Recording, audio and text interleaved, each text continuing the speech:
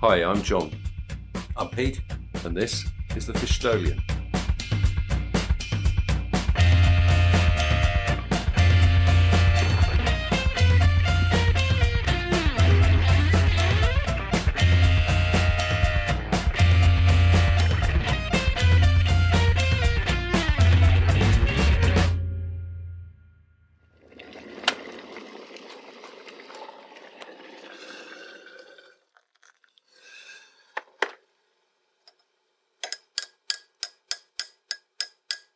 So we're heading off in a different direction this time. Last time we were up North Bristol, going to the Trym, and this time we're going south of the river. Which river? Well, that's the river, the Bristol Avon, which flows into the harbour side, which has been kind of regenerated over the past decade or so. Really buzzy and got a good vibe down there now. But Bristol's a little bit like London in that you're kind of North Bristolian or South Bristolian. But actually these days, North Bristol, well, Bristolians in North Bristol are fairly rare creatures. There's not many of us around. I proudly count myself as one of them. But if you go south of the river into Southfield and Bedminster in particular, there's still proper Bristolians down there. And one of the nice things about this Fishstolian project that we've been working on is going and visiting some of those areas that we don't normally go into on foot and really getting to know them. So we've had a look at several streams down in South Bristol, and it's been great actually sort of getting familiar with those areas. So it's 5:30 now, early start. I think we're both pretty keen after our last trip to the Trym.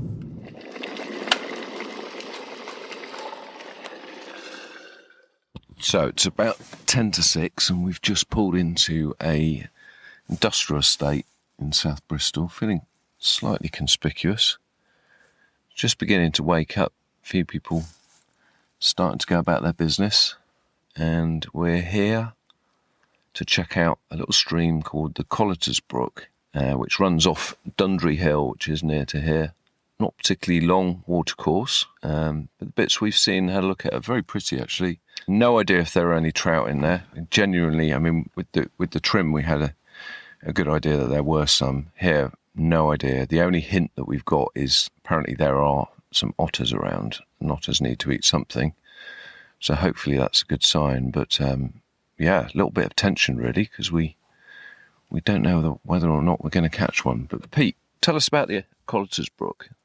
Yeah, so Colliter's Brook is one of many streams that rises on Dundry Hill, which is the big hill at the south of Bristol. It's the sort of parent peak that catches a lot of the weather, and that makes a number of streams across south of Bristol, some of which we'll have a go at fishing on another day. It's not very long, very spatey. It's really quite an industrial little stream. Yeah, and we're going to be heading up towards a bit of parkland called Hanging Hill Wood. You can follow the stream up through there and as far as you can go, and you actually get to a big kind of concrete wall with a waterfall coming off the top. And apparently that wall is there to compound yet another landfill. So, this whole area's kind of been fairly abused over the years. I think not just over the ground, but under the ground too, Pete. There's a lot been going on. Yeah, where we are, back in the 1800s, there were 18 separate coal mines. Some of the Bristol mines went down over 1,000 feet. Wow.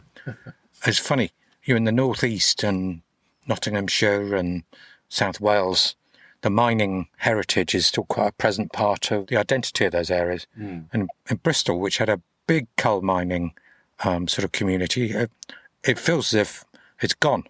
I've been quite surprised hearing about it, to be honest. Humans have had such an impact on this area. I mean, there would have been a time when the Colliter's Brook was kind of ribboning its way through sort of parkland or rural farmland. And now, like many of the rivers around here, it's been sort of manipulated and sent underground. There was a big flood in Bedminster in 1968, and a lot of the streams around here were culverted underground. And just down the road here, there's evidence of that, where the Colliter's Brook just sort of disappears through a grill before sort of coming out further down. So yeah, it'd be great just to go off and find a natural piece of it and kind of just pull on our waders and immerse ourselves in it. So let's do it. So just tackled up my rod, got like a geo set up, so a little tiny nymph underneath a big bushy, very visible dry fly, and just keep an eye on that dry, and if it dips, hopefully you've got a fish on the end. We're going to wander down to the river. We really don't know what we're going to find. Yesterday I popped up to the Trym because we woke up yesterday and there'd been some rain, thank goodness. It was the 4th of April when we were on the Trym.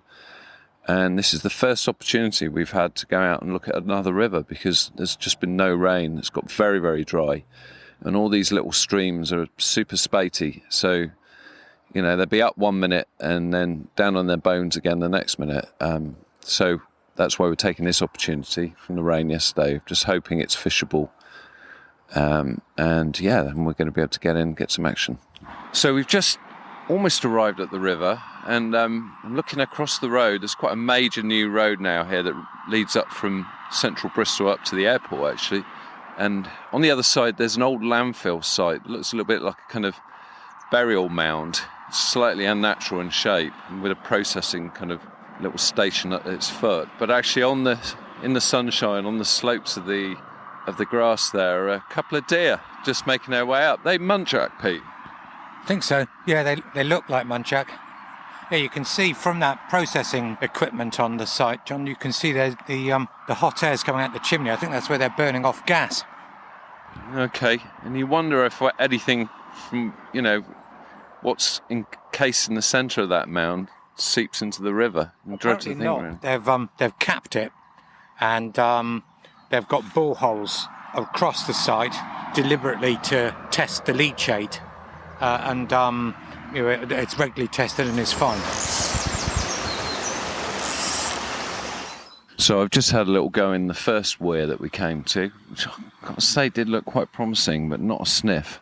And then just further downstream, I'm guessing it's a railway tunnel actually, you know, with your standard Bristol graffiti all over it. And the river appears to be running a little bit deeper down through that tunnel. So Pete's just going to do a downstream drift down into there, just see if anything's lurking in the dark. So we're crossing the stream now, coming into one of the fields on the Yew Tree farm, which is the last working farm in Bristol, continually threatened with building on the greenbelt land that it's farming. Recently been given a reprieve. They're not going to build on it. The city council's committed to that. The organic farm, you can buy organic meat and eggs and butter and stuff. Let's hope they can keep going. The Bristol Otter Group records sightings of otters and spraint, etc. all around Bristol. And Colliter's Brook is a place they've regularly found evidence of otters or seen otters, so presumably there's some fish in here, even if it's only eels. No sign of either for us this morning so far. John's just reaching quite a nice couple of pools, quite deep, fairly open, so he's going to be able to get a cast or two in. Fingers crossed this is it. So Pete, okay, you were right. I mean, you know, we've managed to winkle trout out some tiny little streams, and I kind of had faith in this one. I mean, I guess because of the otter and everything. Yeah. But then otters have got big ranges. They do.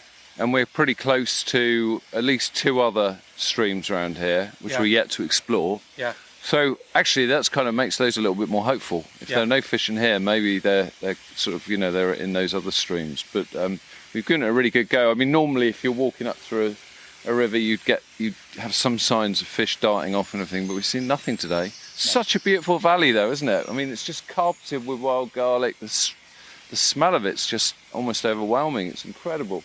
And the sunlight breaking through the trees, it's just stunning. But we've come as far as we can go. We're up against the kind of concrete wall. There's a massive pipe here with the stream running out of it, and no trout, I'm afraid. No trout at all, no. And yet here we are, John, half a mile from where we parked the car, maybe a little tiny bit more, in the middle of a pretty busy industrial estate. Yeah. You know, big lorries storming past us. I got a couple of funny looks in my waders. I don't know about you. Yeah, well, I'm sure I did. I was going to keep my head low. But, you know, onwards and upwards. Yeah, we'll indeed. Try someone else next time. Absolutely. So it's about a week since we went over to the Colliter's Brook. That was the first bit of rain we'd had for ages, so we took advantage of that and went over, but it didn't seem to have had much effect on the river level there, and we didn't see any sign of a trout. Even in the slightly deeper pools, we didn't disturb anything. There was stuff for trout to eat there. We know there's been an otter, but we couldn't find one. So had a bit more rain tonight, quite a lot of rain actually. So I'm going to get up early and go over to South Bristol again to have a look at the Malago or the Pigeonhouse. I think I'll decide in the morning. It's going to be a solo raid this time. Pete's got a deadline, so I'm just going to go on my own and see what I can find. So at 6 a.m, I'm up, got my waders on, got my rod rigged up. Still haven't quite decided which river to go to yet, but I'm just going to get in the car and see which way my nose takes me. I'm all ready to go, so I can just jump straight out, get to it, see if there's a fish around, get back in time for work. I'll speak to you later.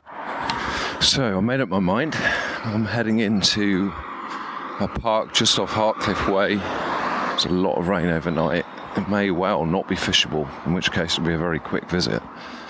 But I suspect it might be okay because these are very flashy rivers running straight off Dundry. And they go up quick, but they also come down quick, so let's see what we've got.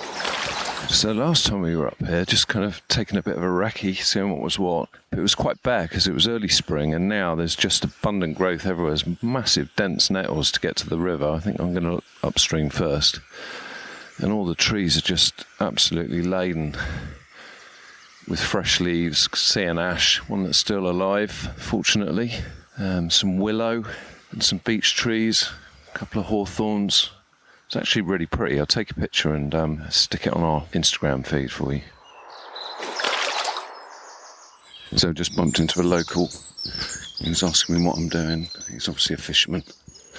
Tells me apparently there's some roach in there, so we'll have a go for those.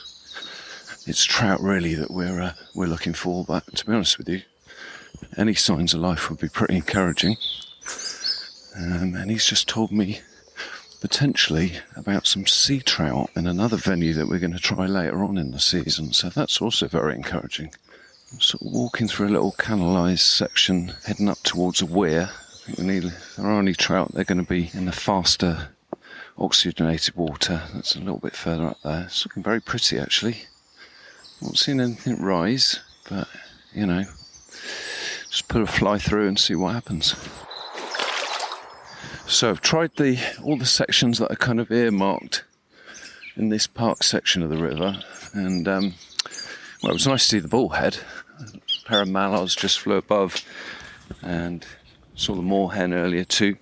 There's just another pool that's kind of been haunting me a little bit that we saw. Have to cross over a busy dual carriageway and head up into some of the housing estates on the other side, where the river's a lot more natural. So, safely over the dual carriageway. There's one pool on here that I identified as looking like it might hold a trout, and I'm going to give that a go. And, wow, it's a long shot. But, yeah, I think my hopes for the Pigeonhouse Stream rest on this pool. Wish me luck. So I think, unfortunately, I'm just going to have to admit defeat. I mean, it's been lovely standing here for the last 15 minutes in this beautiful little pool. I mean, it's gorgeous, lovely rocky bottom, clear water, some nice golden shingle, little falls at the head with white water. Been pitching my flies into there about a dozen times, or maybe a couple of dozen times actually. No response. I mean, if it had been a pool like this on my little home river just outside of Bristol that I normally fish, I definitely would have had a response if there was a trout home. And this is by far the most trouty looking pool that I've seen on the river. So, yeah, going to have to admit defeat. I don't think there are trout in either the Pigeonhouse or the Colliters, unfortunately. Well, not trout that we've been able to catch anyway. So it's North Bristol 1, South Bristol 0 at the moment. We've still got the Malago to go, so maybe can pull one out of the bag there. We did see some roach while we were surveying that, so I might catch one of those on a fly, you never know. But But yeah, I got a feeling that the trout that we caught in the Trym maybe came into the river as sea trout, because it's only half a mile from the tidal haven. And maybe they just came in and decided to stick around. They haven't gone up the Hazel Brook, which is a tributary of the Trym, and there's some big barriers for them getting up there. So that kind of makes sense. Like there's barriers in this river, so there's no chance sea trout would have got up this far, and become resident trout. So I think maybe the Trym trout arrived from the sea and stuck around.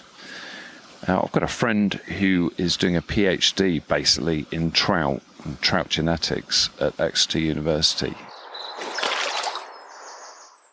So we'll come down to Colliter Lake in Cornwall.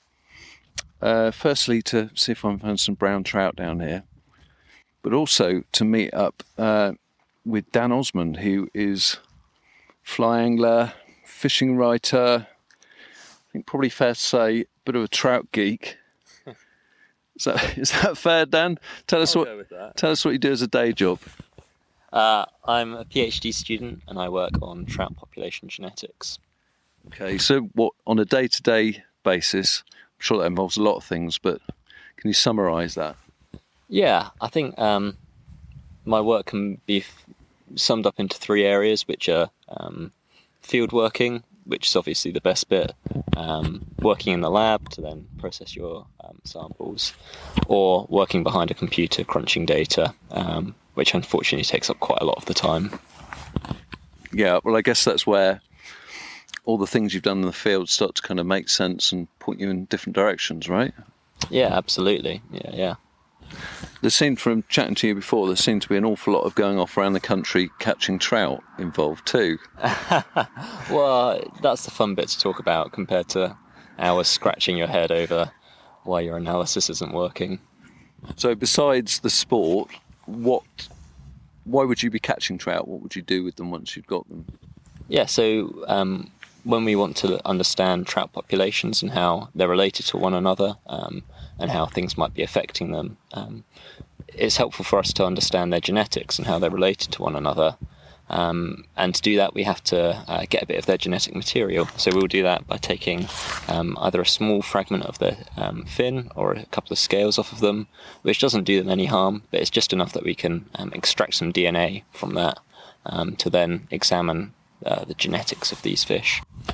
I mean, even as an angler, that's fascinating, because there's places that I fished, particularly up in Wales, where you know that they haven't, well, as far as you know, the evidence says that they haven't stocked there, really wild lins up in the hills, and yet you'll catch trout that look entirely different to each. They're all brown trout, but some of them will be classic with red spots and a red adipose fin and white edges on their fins, and then some of them will almost look more like sea trout, silvery bronze with black spots. They're both beautiful, but you wonder why one's ended up looking one way and the other looks almost entirely different. Yeah, trout, I mean, I'm sure I don't need to tell you, they're the most amazing variable animals, as you're saying, and they are the most genetically diverse vertebrate that we know of in the world. And those differences to us as anglers are beautiful and incredible to look at. But there's a lot of functional diversity in there as well, that these animals have a native range all the way up from Iceland in the north or across to Afghanistan in the east. They live in a wide range of habitats, from those upland lakes down to nutrient-rich chalk streams. Some will go out to sea as sea trout. All kinds of challenges, different challenges that they might face, different food sources, different chemistries that they have to survive in. And as a result, populations of trout living in different areas have evolved locally to really be well adapted to that environment. Okay, but even within the same lake, you might get different variations in sort of the way the spots are or the way the colour is. Does diet have anything to do with that, or...? There's, I don't know about how diet on an individual level impacts it, but we have in a lot of the large glacial lakes, and particularly in Scotland and Ireland, you see populations of trout living together, but forming separate populations. So you have like your ferox, which will spawn I think it's in the outflows of rivers, whereas your planktivorous fish or your benthic feeders, the ones feeding on the bottom, they'll spawn in different parts. So even though they're trout living within the same water system, they're forming two what we'd call ecotypes, the same species, but using different life histories to survive in the same environment and becoming these two separate populations. Incredible. There's a loch over in Ireland, isn't there? No, Melvin. Yes. Where there's at least 3 or 4 different distinct sort of subspecies. The Gillaroo and the Sonachan and the Ferox. Yeah, I'd love to go over there and see those. It's they sound fascinating. Sounds like a fishing trip. Yeah. Anyway, we could sit here literally all day just talking about trout, but as this is the Fishstolian, we ought to introduce some Bristol trout into the mix. And I was just sort of wondering, I mean, it's fascinating to me still that they're, I always go on about this, but forgive me, that they're actually there. But it'd be interesting just sort of chat through how they may have got there, Dan, how long they might have been there, what the challenges they would have faced as, the city and sort of developed and grew. Give us a little bit of a little bit of insight into what it might be like to have been or to be a Bristol trout. Well, I mean, I want to take you away a long time ago, John, to the last glacial maximum about 27,000 years ago. Most of northern Europe was covered with ice, including much of the British Isles, and that ice retreated by maybe about 15,000 years ago. During that time, when ice covered much of the UK, the southwest probably remained ice-free, including Bristol. So it could well be that the trout that we have living in the southwest have been in these rivers for beyond even the last ice age. Wow. But as those ice sheets retreated and rivers opened up again, you had sea trout, brown trout, which live in rivers until they reach a certain age, and then they decide, I've had it with here, I'm going out to sea where there's plenty more food, and get big and fit and be able to be much bigger when I come back to breed. And sometimes they don't find their way exactly back to the right river, so they'll go into a neighbouring river which might not have any fish, and that's how you get trout moving up into these ice-free rivers as the ice receded. And depending on where you are in the UK, brown trout along the west coast of England mostly probably came from the Iberian Peninsula or the southwest of England, where you had those refuge populations surviving out the Ice Age, whereas on the east coast you had populations of trout coming more from the Baltic Sea. Okay. And even more incredibly, at least in my mind, that what we now see as the English Channel, a big sea separating England and France, was actually one big river system, and all the rivers in northern France and southern England drained as tributaries into this big English Channel river. So before you even get to things going on in modern day and the challenges that they face, we've already got this background of genetic variation, relatedness between all these populations. Wow, imagine having a day on that particular river. Yeah. You wouldn't know where to start, would you? I think you'd need your 15-foot rod for sure. So that was cut off from... So that was separate from any bodies of salt water then, at that stage? Yeah, so I believe there was a large inland lake out east in what's now called the Dogger Bank. It was referred to as Doggerland, which, because of the sea levels being much lower then, that was a dry area of land. So I believe there was a large inland lake. I could be wrong about this. I think that's correct. Sounds plausible. Sounds yeah. Okay. And the rivers would flow in and out of that, and as would the trout. Yes, yeah. Okay. As we see in a lot of lake-dwelling populations of trout that we have now, with tributaries for spawning. Okay. Cool. So then back to the Bristol trout. So that's how they initially got there. So would it be realistic to think that the ones that we caught that day back in July, was it 2021, would they have been there, a population of those been there continuously since then, or Can there be variations within the river? Maybe at some point there might have been a pollution incident, but then they could repopulate. It was from sea trout. How does it work? Yeah, absolutely. I mean, we've seen in a lot of our industrial rivers, and my research looks at metal-impacted rivers of trout, so trout living in areas where you had a lot of mining extraction and forming toxic zones.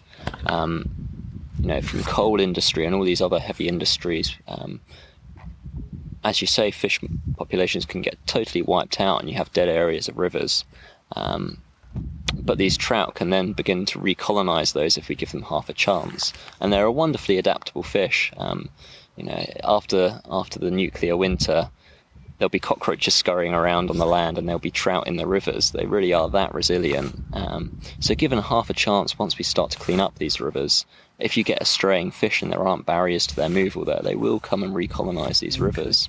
Isn't that interesting? Because when you, whenever I mention that, I've been fishing for trout or there's trout in this particular river, there's a general assumption that, it must be a very clean river.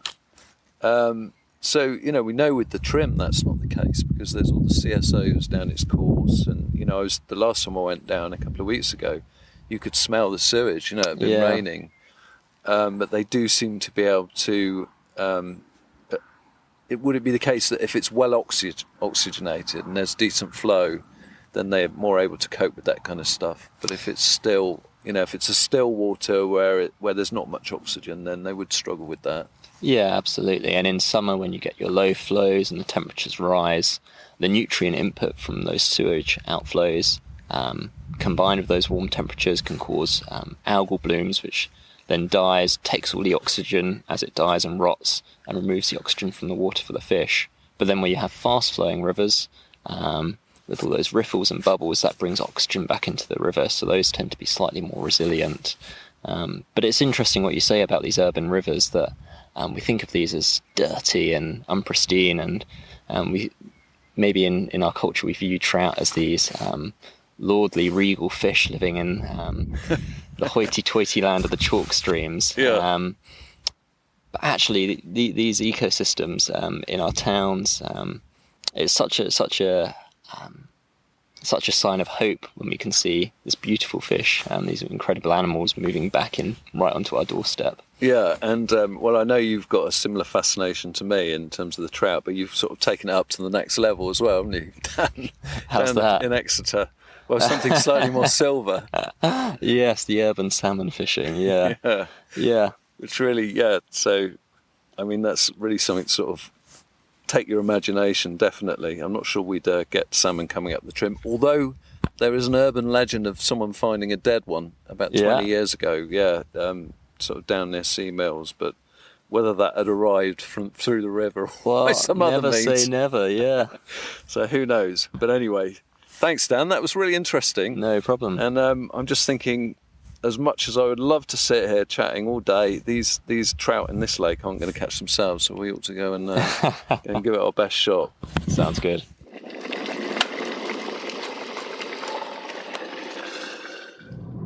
Well, welcome back to the Fishstolian. This is when it's 6:30 before work, and we're heading down to the Malago, which is the last of the South Bristol streams that we've earmarked. So far, we fished the Colliter's Brook, which we're just actually passing right now on our way to the Malago, and Pigeonhouse Stream, neither of which threw up a trout or, in fact, any other fish. We know there are some fish in there, and I spoke to that local who said there was roach, and I saw a little bullhead, but no trout. So this is South Bristol's last chance to show that it can provide some habitat from brown trout. Always optimistic. After finding that fish in the Trym, almost feel they could be anywhere, but we've got everything crossed and hoping that we can find one. So we reached the river. There's certainly a bit more water than there was when we came there last time, just to kind of investigate it. Pete, what do we know about this river? Not quite as much, perhaps, as some of the other ones. It used to flow down into the Bristol Avon in a place called Bathurst Basin. Okay. And now it goes out through the culverts in a big sort of pipe and joins what's called the New Cut. Yep. Dug by navvies in 18th century. Paid in beer, partly. Yeah, absolutely. It joins there about a mile downstream of the Bathurst Basin, and it's got quite a big drop to get to the actual water level. Okay. So it's very. I think the Environment Agency would describe this as a heavily modified watercourse. They'd say the wildlife is likely to be a lot worse because of that. It does look very pretty, but we'll see what's in there. Yeah, let's go and investigate. I think the Malago is probably the best known of the South Bristol rivers. There's a few things named after it. I certainly used to have a client called the Malago Surgery, and every now and again you'll see it on a shop front. Yeah, there's a restaurant too, isn't there? Oh, okay. Well, it's a fancy sort of restaurant. Oh, yeah, bistro. that's right. Yeah, that's right. So it's it's well known round here. Yeah. Yeah. So Malago, and I checked with John. I've lived in Bristol about 35 years. He's born and bred, so it's more his right to tell me. It is Malago, not Malago, and apparently that's ancient Celtic or ancient Brittonic, meaning place of the well. Oh, okay. Which I could sort of believe, except there's hundreds of places of the well all over England, and none of the rest of them are called Malago. So yeah, because often if you get Avon, which is, I think, is it Viking for river, or certainly an ancient name for river? Yeah. And the Welsh version of that being Afon, which you see all the time around Wales. Yeah, you see it multiple times, don't you? I mean, yeah. There's at least 7 or 8 Avons in the UK. Certainly in England, there's one up in Scotland as well, Tributary of the Spey. Yeah, loads of them. So you would count them up. Yeah, you'd think Malago would pop up a bit more often if it was a common name in those times. Well, hey ho. I was just reflecting, actually, Pete, as we were going through here. I was up in Scotland at the weekend, and some of the little burns that join the lochs up there.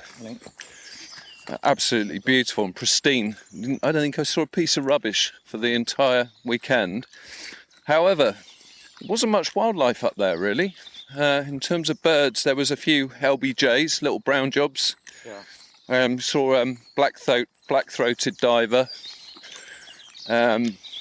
possibly a peregrine, some Canada geese, but not an awful lot. Whereas here, in the middle of urban Bristol, it's absolutely, certainly with the bird life. Yeah. I'm sure there's quite a few foxes around here, some badgers, and even though it's been used and abused, nature's obviously, putting a good effort around here. They're absolutely bursting with life in terms of the trees and the greenery. And Manor Park, which we're walking through, is there's some really nice ancient woodland here. There's been woods here for centuries. Okay. A lot of variety, some open areas, got the river running through it. So there's a real mix of habitat. John's getting in position, just seen a kingfisher. So there are fish in here. There's a big, very brutal concrete weir ahead of us with a nice inflow, and John's just putting a clink and dink smack into that inflow. Just see if there's anyone at home in the deeper water there.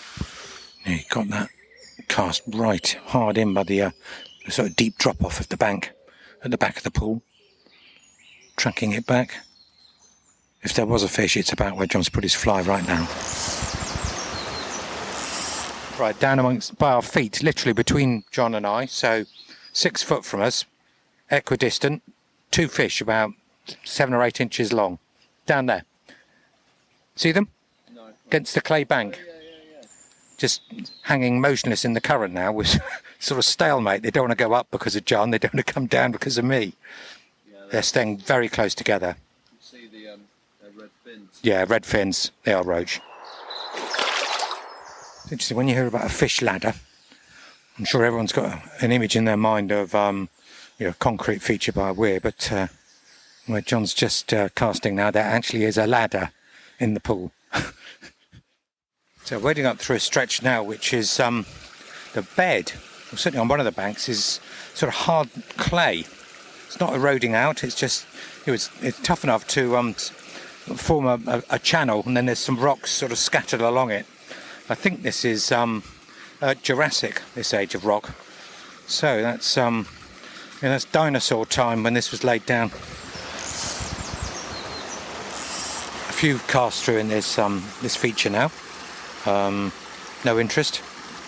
There's a lot of bubbles. It's a very disturbed water. So going to give it one last shot by changing up to a bigger nymph. Give it something really worth trying to eat. So I think, we're going to have to concede defeat, aren't we here, Pete? It's such a shame because it's a lovely little river and there's some beautiful sections that would be at home on our home river up on the edge of the Cotswolds. I mean, it is beautiful. Lovely little runs. We've seen some roach, so some fish are surviving in here. Yeah.